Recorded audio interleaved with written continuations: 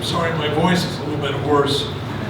Sort of close to North Jersey, so I've got the Sopranos vibe going on. I apologize. I'm going to ask a few questions. If you want to participate, you can with your phone. Respond at turningtechnologies.com. And our session ID is Rutgers. Don't have to write this down on paper, but you can. But respond at turningtechnologies.com. Can I just ask a few questions? Turning Technologies, before I go in, this isn't an infomercial. I'm not trying to sell you on things today. Just tell you how things work. There are people using Turning at Rutgers already. Some of you might already do so. There's some other folks that are utilizing some other systems. And what we're going to talk about today is some strategies about reaching millennials. I'm a father of a millennial. It's kind of funny. She teaches. And some of her, I need to know immediately. It's funny, I was telling a guy from Canvas, 3 years ago, my daughter was taking her college courses and said, "Dad, this professor didn't put my scores up. I'm so mad." I said, "When did you have the test?" She said, 2 hours ago. I said, "Well, there's grading, there's a bunch of other stuff that has to go." So fast forward to this year, she gave a test, she teaches high school, and she said, "Dad, these kids are complaining. I don't have my grades up in our system yet." I said, "Well, when did you do the test?" And she said, "Yesterday." I said, "Come on, you gotta be ready. You gotta do those things." So, a little bit different. So, if you are playing along here, how familiar are you with Turning Technology? And again, we've got the ribbon on the top, so you can do a couple of things. You can read poll, you can do some other stuff. So I'm not going to get into product as much. We have a table, so anybody wants to come by and find out more, we do that. Respond.turningtechnologies.com, and then Rutgers was the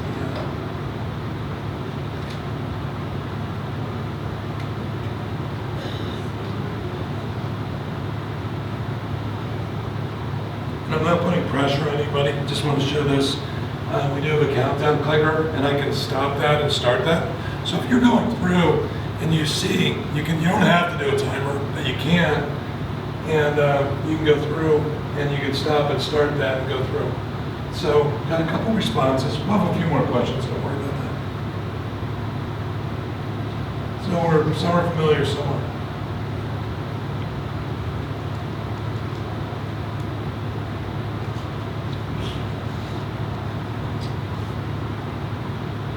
So how long have you been with Rutgers? And this is going to come into play. I'm not quizzing, I'm not judging, but as we get some of these responses, we have the ability to do demographic things too. So basically when you get your roster from whatever LMS you're using at Rutgers, I know there are a couple, we get the username, first name, last name, email address. But you can put in demographic things. So if you want to see female, male distribution, if you want to see different majors, you can put all those sort of things in too. So we had a couple responses in here.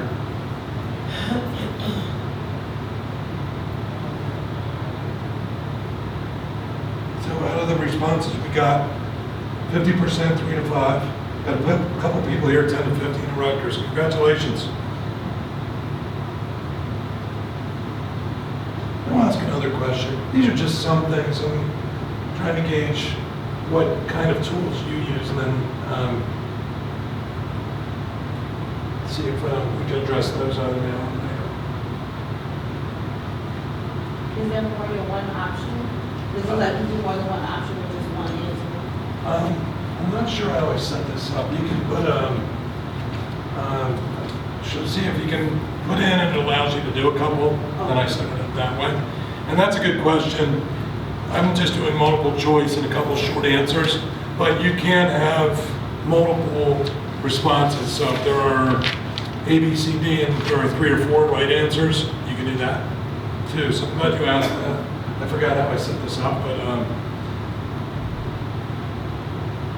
just a different way. We saw those little charts come up before. I can do a donut shape, I can do some other things. And the nice thing about that is, I changed these.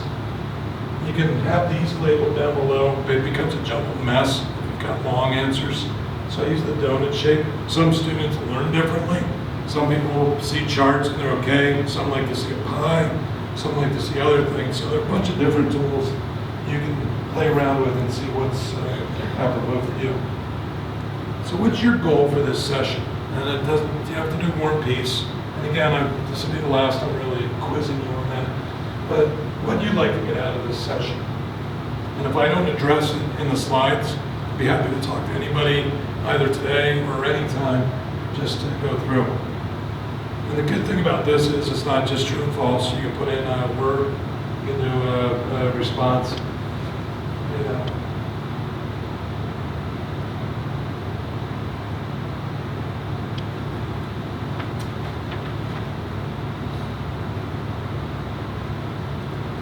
As we're getting responses here, I didn't realize how much snow North Jersey got, or Central Jersey last week. I'm in Philadelphia, and we got some.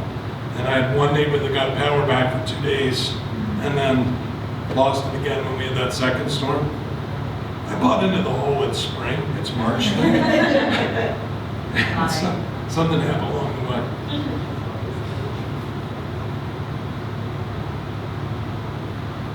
So we got a response on the board.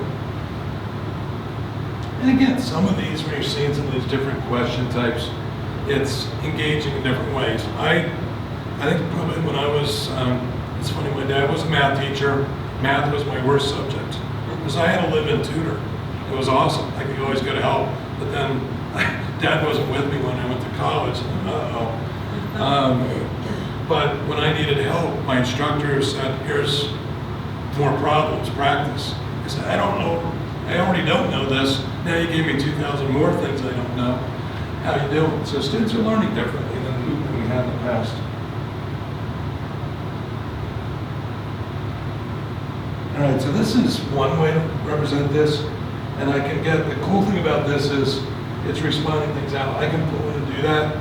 But when I get reports and everything on the other end, I can really see what those answers are and go through and do that. We're also changing this right now. It's 1 to 5. We have a change coming out that you're going to be able to see all the responses. Give the breakdown. And then the other thing is kind of cool. We have word clouds. So students learn spatially, going through, and generally the way. Has anybody used word clouds before or hear of them? So the word cloud, the way it works is, if you've got, we've got 4 responses here, but if you've got, say, a class of 100 or 50, the most frequently responded or response is in the middle and sort of blown up, and then anything around the tertiary area becomes that way. So, Kahoot, get into that a little bit. What it's all about, learn how to help millennials learn, and how software can be integrated, more integrated.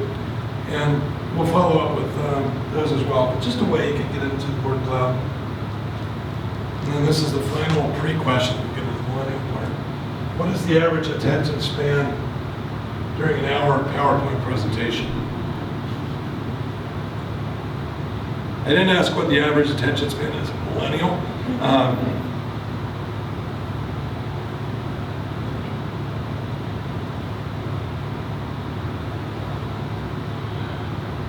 And I was kind of shocked when I was looking at these things. You can see different figures in there. 7 minutes. So what it means in a practical sense is you've got generally what our lectures here about 50 minutes. Can be longer, an hour and 15 if you've got Tuesday, Thursday, you've got other things, you've got night classes.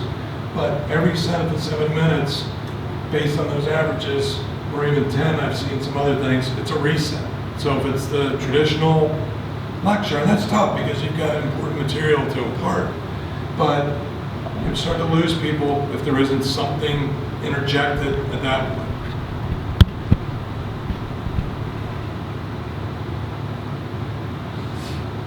And this is, again, when I ask you what your role was, how long you've been here, these are the breakdowns based on how long people have been here and what the answers were. So you have the ability to set that demographic. The demographic here was how long you've been here, but this is another chart that can show you if you want to see that sort of thing in class too.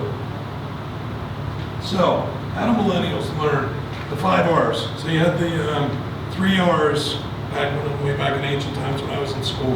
Now it's the 5 R's for millennials.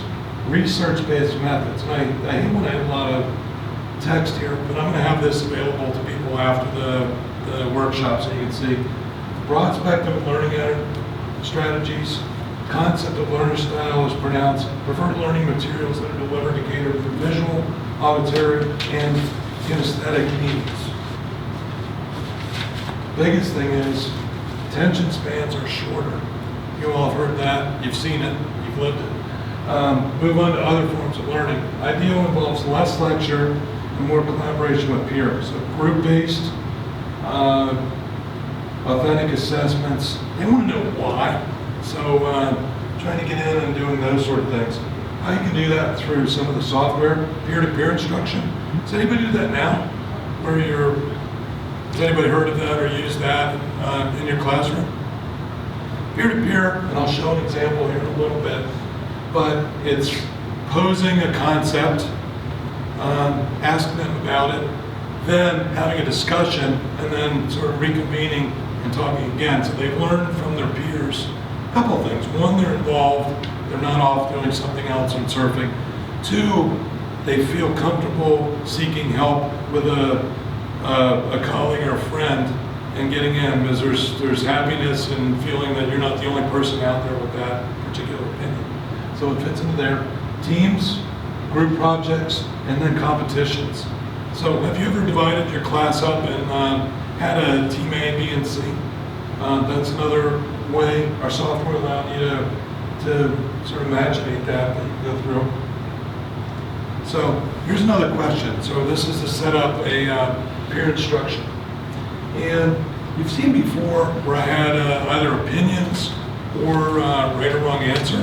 The way I'll set this up is I'm not going to give you the correct answer. They're going to go through. We're going to poll this, so this polling's open. Got a response. We're going to see what it is. After that, sort of do a simulated discussion about this. And if you voted, you talk generally in a classroom sense and say, okay, I voted this, why do you think this? All right, so out of our group here, 2 of the folks think that France has the highest literacy rate. And if you're in a classroom, you'd say, okay, if I'm a France person, I'd say, okay, I think France is because of this. And you're going back and forth and you're interacting. Students are finding a partner and then going through. So after that's done, we say, all right, now that you've had time to talk about this, let's re-poll. And now the polling's open again. If anybody changed their mind, you can see what the vote is.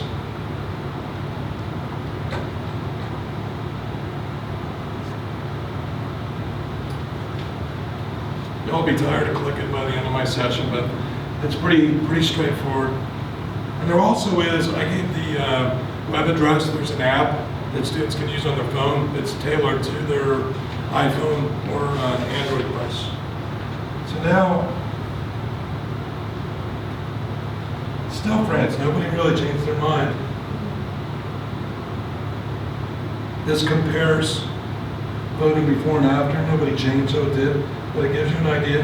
The reason we do it this way, or what people do for that peer instruction, if you gave that answer the first time of what people voted or where they came in, that could kind of persuade them to say, oh, I'm in this category, I'm on the wrong side. I could have been right, but I want to be part of the herd, so I change and go through.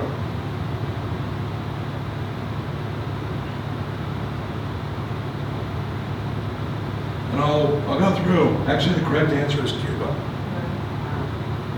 And you can get into some things like this. And I was shocked when I looked through. Everybody thinks the first world countries, or the majorly developed countries are. Cuba has the highest literacy rate out of any of these. Slovakia is number 2.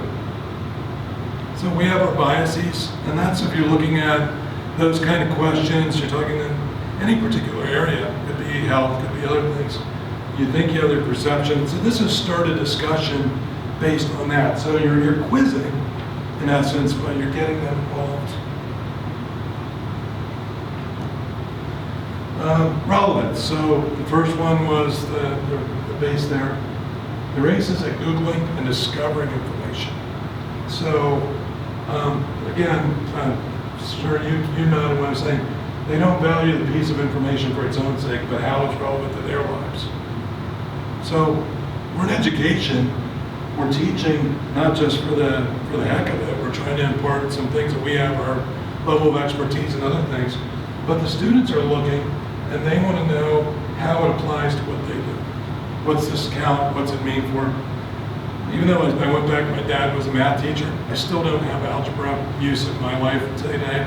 So if I was a millennial, I'd be thinking, what was that usage? But now they're looking for that. Research used to be this. Millennials see it as Google. So how can you bring relevance to them? You can pull them, you can do group discovery. So give them a concept, have them search, and then come back and re-poll and go through. And then groups can present the findings. So you're providing and giving that concept that's very important. They have to know that to be able to pass and use that for building blocks for other things. Give them a task. All right, you're going to go out and search this. Then you can ask them again, then the group can present their findings. The third R, rationale. So Generation X students responded well to an authoritarian teaching style. When I taught, it was I'm the sage, I'm going to go out, you do this. Why do we have to do it? Because I said so. Didn't work at home for me. Didn't work as much in the classroom either. But they're looking at less authoritative decisions where flexibility and recognized rationale behind the new ideas. So they want to know, again, why, why this is important, why they can do that. Again, it's the positive thing. If you tell them because, they're going to kind of shut out. But this is relevant. Again, you're not trying to say they're running everything, but by the same token, they're looking at they don't respond to that authoritarian aspect. They're looking for something more of an affirmation than being told. So how do we do that? Clear explanation of questions and expectations. I am a regional manager, and I manage all but two of the people are millennials. So when I used to be a manager for a long time, I'd say, do this, it was done. Now with some of the folks, they're good people, but okay, why is this important to my task? Why do I have to do this? So if I explain why we're doing it and the question and my expectations, it leads to a more positive result versus have this done by Thursday. So I'm having to adapt, and it's an old dog can't be taught a new trick. But it's, again, like anything, there's no one-size-fits-all for students, workers, or anybody. So it's finding out how that person learns or pulls in knowledge. The reasoning, I found this has been crucial, why we're doing this. Clear choices. Seem to be, when I've worked with millennials, taught, if it's too ambiguous, they like not having that pressure as much, but if it's not as defined, they kind of get lost in the shuffle. And again, the why is the key thing for millennials. So this is one I took from a business class, and it's a couple different things. The company has two key products it wants to bring out. They only afford to do one. What should it do? So if I'm teaching my class, I'm asking the students to think about this, say what they would do in here, and go through. Again, you can answer or not, but it's going through.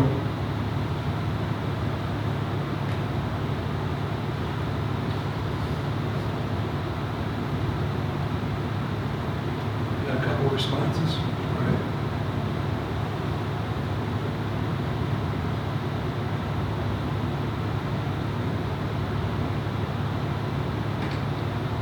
So we distribute it through. So in this one, I have this kind of question. When they're looking for a rationale, one of those five R's for the millennials, you can set it up. This is a business thing, but it could be pharmaceutical. what should we do? And that's saying the why, because this is a what question, but the why is, why can't they do everything? So if in a perfect world, you had all the money in the world, you could do everything at once. Perfect world doesn't exist a lot of times, so they had to weigh each of these things and go through and come up with what it is. And then I would ask them to defend, defend might be too strong a word, but why is this your opinion? And then you can spur the class into a deeper discussion on this concept. So it's hitting those relaxed. This is the one that probably gets me crazy. I always have a sense of urgency, try to go through. Conduct your sessions. They prefer to relax learning environment, minimum pressure, more freedom to complete assignments, also for personal expression and creativity. That's the one where I'm working, and I have a meeting, and I've got an agenda, and all of a sudden somebody will just interject regardless. And I don't think it's, when I first was doing it with some of those, I didn't think it was appropriate because I thought it was disrespectful.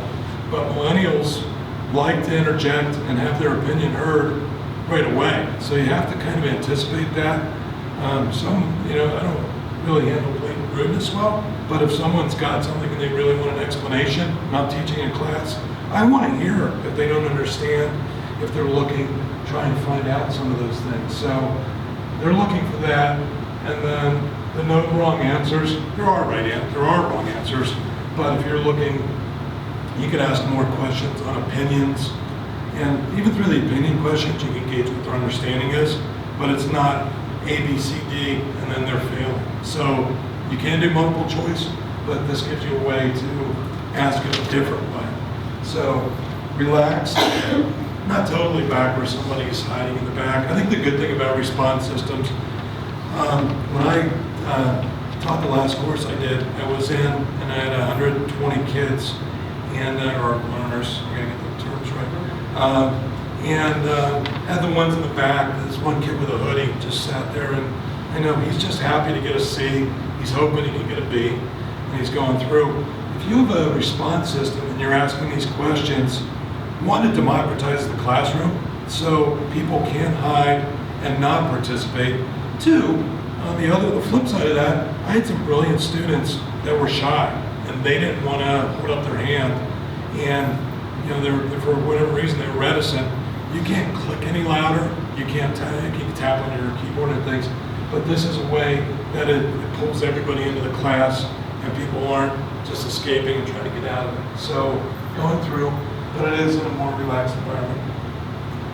Again, opinion and short answer. Visuals, you all have seen this, so if you can punch up, I had the guy in high school, we used to call him Siskel. You remember Siskel and Ebert? Every Friday he showed a movie. And I don't think he wanted to teach on Fridays, but that was the case. But if you have video things, I think anything longer than 2 or 3 minutes, probably too long, because unless you have to really explain something, because students are going to get caught up, they'll get in, as soon as they get on and they're bored, they're going to move on to something else. So visuals, but keep them short. Mix up lecture with polling and questions, and then seek their input. I think this is a way at Drexel University, they use our clickers for engagement and also for testing. And the thing I like, one professor, a good friend of mine, she does a pre-midterm, where typically they would have a practice midterm, and then they have a meeting with the TAs and other things. Here, they did a practice midterm using the clickers or the response system, and out of that, she gets real data on what the students know. So in that interim period, they can really hone what the TAs do and what the students can do to have more success. So a midterm is really a gauge versus an autopsy of finding out what's not going. This I'm asking for a personal reason.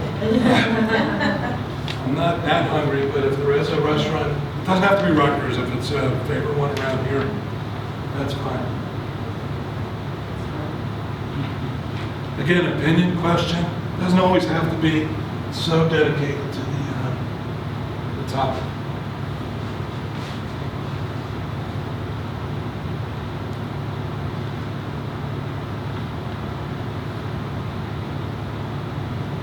Got a couple of responses.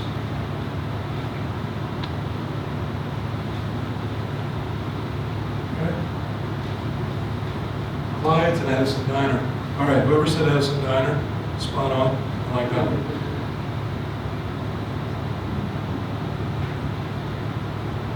I also like the diner on the by the rack, Henry's. That's closed down. Oh. Spring break. Oh, I was gonna say, no! Yeah, so don't go there, everybody. I've been called on Rutgers for a long time, and that wasn't there. There really wasn't much on the campus, but, all right, so, and then rapport, that's the other one. Personal relationships, had complete attention. It's funny, when I was growing up, you had to compete for attention with your parents. Now it's complete attention.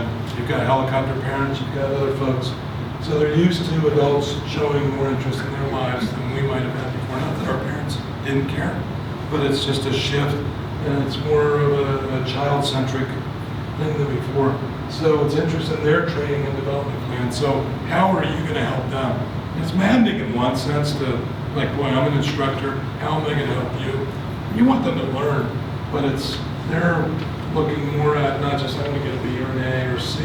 They want to know how this impacts where they're going, what they're doing. So it's keeping those sort of things in mind. Better when they connect with them on a personal level. That's tough. What's the biggest class anybody teaches here?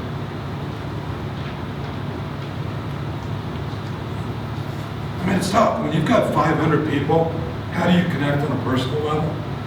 You can't. But if you are doing some of these things, you're asking their opinion, you're getting them involved that way, you are having an impact and connecting with them directly, where in the past you might not have been able to. If you're in a class where you have 12 or 14 students, you can obviously connect with those students. A little bit tougher in a bigger class. Interaction, break up lectures, to check progress and understanding, test prep we talked about, and then connecting with all the students. I lied, this is another one. Has anybody ever used the liker? Where you're asking opinions, when you're trying to get them to gauge an opinion on something. Really can't be, and it's always unbalanced, so it's 5 or 7 choices, so you go through. This is asking, again, might be an environmental class, might be something else. The Likert scale gives them the ability to give their opinion, so this is pulling them in and asking them to give you what they think. So, oh my God, I matter. My opinion counts. And then based on this, on what the class says, I could then tailor my lecture or move on to the lecture based on what my students have told me. Although I'm split pretty evenly here. So there are no climate deniers in this room. That's good. Everybody's here. A couple people are neutral. That's fine. But it spurs discussion. So turning, why, again, I'm not trying to make a company spiel here, but you do any kind of engagement in the classroom, and I'll get the stats to show you where these came from. We did white papers. 87% have it more engaging. Retention, 40% more information was gathered, and then a 30% increase in attendance. I know attendance is important. At Rutgers here, I work with some people in the business school, and one fellow teaches 200 students, and he was doing attendance, and he was doing that through questions. We have an attendance button that I show you on the questions, but he'd ask a question, wanted to see attendance. He has his TAs go up and down, and he saw this one poor soul had 6 clickers. These are physical clickers. It was a pledge from a fraternity that was sent in to do the attendance. And he took it. Rutgers is pretty strict with your honor policies. He said, all right, if you tell me who these other people are, you're going to get credit. You're not getting credit, but you're not going to be reported. These other people lost points and did other things. So you can do attendance and other things. We've also just kind of flipped. We have the software that you're using now. I haven't said so if you were outside of this room and I posed a question, you could see that. That could be a problem if you want somebody here. But we have the ability, we just added something where you can only show the answer buttons, A, B, C, and D. So if I'm in the hallway, I have no idea what the context is. So it's sort of pushing people back into the classroom. Somebody told me I was at Temple, they called it jammy physics. Students would be taking their class and be in the dorm doing something. I thought it was cute. We integrate. Rutgers actually uses 3 of these course management systems right now. We integrate with all 3 of those. What that means to you, if you use the system, you can pull your rosters down from your LMS. You can have this fill in, and you can also pull your grades back into the system from using Turning. So if you want to have all those points go into your LMS, you can have that happen as well.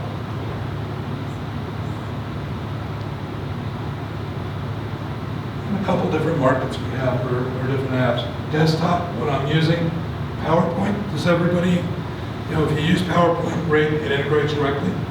Anywhere polling, it floats on top. So if you use Google Docs, if you use videos, if you use other things, you can pull from there. And then self-paced is actually testing. So does anybody now use the Scantrons or bubble sheets for testing? So if you like that and it works, great. Drexel switched to, at least for the bio class, using our system because the department was going to, the school was going to bill them $14,000 a year for testing. And I'm sure you have budgets for printing and all those other things, but all of a sudden, I know Rutgers is probably the same as everywhere else. They didn't have 14 grand laying around just to pay for testing. So they switched here and they used it for that. We've got the devices, we've got mobile devices. Then we have, if anybody's used strictly web-based polling, like a Poll Everywhere or Goods, some of those things, we have it coming now. Kind of the cool thing that we have that'll be here is it'll be web-based like those, but you'll be able to put your PowerPoint right into those. So if you like PowerPoint and other things, you'll be able to do that. Also scheduled surveys. So it gives you the ability to do assessments, homework, and other things outside of the class. A lot of folks are excited about that because then you can have them do a quiz or some sort of review of material before they get to you, and then you get those results the night before, and then you can sort of tweak your lecture based on what they've shown the ability or inability to do. Talk about that. Support for you all. So we've got a client success leader. Lady for the Northeast is Susie Liebschner. Bunch of consonants in a row. I'm not going to, anybody wants, I'll get into her information. But she works with faculty directly. She's been to Rutgers, works with folks directly that way. We have tech support. We have free training and webinars. And we also have video tutorials. So anybody who wants to use our stuff, for an instructor, it's free. For students, we get into that stuff on my table, but it gives you the ability to do these things, and we want to get you fully up and running in terms of how things work. And I'm a little bit short, but that's what I had. Anybody have any questions that I can answer? I do have a question. So when you said a little earlier about the bubble sheets, Yep. What is the option instead of having the one that you scan? Is it actually like a system where everybody would click? Yeah, you can do a couple different things. Most people use the physical clickers, and it allows you to, you punch in the version of the test, and then you just scroll through, and you use that as your bubble sheet, if you will. A lot of people have the paper test that you're reading off of because you're not displaying like we did here. It's self-paced. So you would have your version of the test, you'd enter it into your system, and then as you put in those numbers or letters, whatever the choice is, it's grading it there. You have to have the clickers for that. Now you can do it with the... You can do it with your own phones. Yep. I'd say most of the people, just for security purposes, I mean, if they didn't want students outside the classroom doing that. We do have that option I told you about that only shows the test choice. So take some of that out. But it does give you the ability to do that. The great thing about that is you get those results right away. So as an instructor, as soon as that test period is done, you set it up. And much like your LMS, if you want students to have results, they can just get a score. They can get whatever feedback you want them to have. Because I did this one time when I taught a couple of different classes, and then miraculously the second and third classes got smarter as they collaborated before the millennial collaboration, like, oh yeah, I think So, wow, all right, got to think that one again. So that's the case, but you can absolutely do that. And then you don't have to, again, if your school and you're not in a budget things, the bubble sheets work great. If not, you do it that way. That paper copy is sort of the backup, if you will, because anytime you do something electronically, someone's going to say, I put in answer B, and it isn't they could have, something could happen, but if you've got that backup, maybe it's 2 out of 500 versus that. And you probably have that with bubble sheets too. Somebody says, I meant to put B in, and then you see a scratch and something, you go back and look through that. But if you'd like to learn more about that, I'd be happy to talk with you about that, but that's a way you can do that. Yes? I have a question about that option. So we're not using the Turning Point software for quizzes because we have students, or tests because we have students that require accommodations. But one of the things our faculty, they're concerned about is because we have started over the past 5 years video capturing, lecture capturing our lectures, so our attendance has been really low in some core classes, so they want to use the Turning Point as a way to take attendance. How does that work with stopping students from being outside of the room or someone, texting their classmate that session ID and being able to just answer just some questions within the PowerPoint that they're just using as a form of taking attendance? Sure, a couple things you can do. The session ID that you mentioned, some people do random, they make it harder. So if I did it Rutgers every time that's out there, so I can ask the system to do random, it would be a 6-digit number. So that's one way. But they can easily text it to their friend and go through. So the way that some folks combat that is to run a couple sessions during the class. So they're going to have, you can literally run 3 or 4 different things. The other thing is the one point I mentioned before, you can actually have it only be A, B, C, D. So if they're out of the class, even if they're in the session and their friends texted that, their friends would then have to text them all those questions and answers. So they'd have to be in the room to see what the question is corresponding to A, B, C, and D. So that's a way. And again, if it's if you use physical clickers, that's totally up to you. But that's a way. They'd either have to send somebody in like a poor pledge, or you can't click from outside of the classroom because it's a proximity-based radio frequency. Yeah, ours is web-based. So if it's web-based, the thing we're coming up with the web, you'll actually be able to use clickers along with the web if you're doing that. But if it is web, I think those couple things I said where you only display the answer choices, the A, B, C, D versus what they are, then that's either guesswork or somebody's having to do a ton of texting to get them. Kids will find a way where you do this, and only they spent that on how to learn versus how to get around the system. But short of retinal scanning, some pretty good things to be able to, I love how they put it in and go through. And you said about accommodation too. We're working for, and we have ADA compliance on, we're going away from flash and other things, so it's screen readable. We have a pulse-based clicker, so it's braille, and also to be able to touch by pulse. We provide those. You can buy them, but we usually provide X number to the folks at the IT department. Yes? Are you supporting JAWS? I believe we do, but I'll get back to you. I'll give you my card.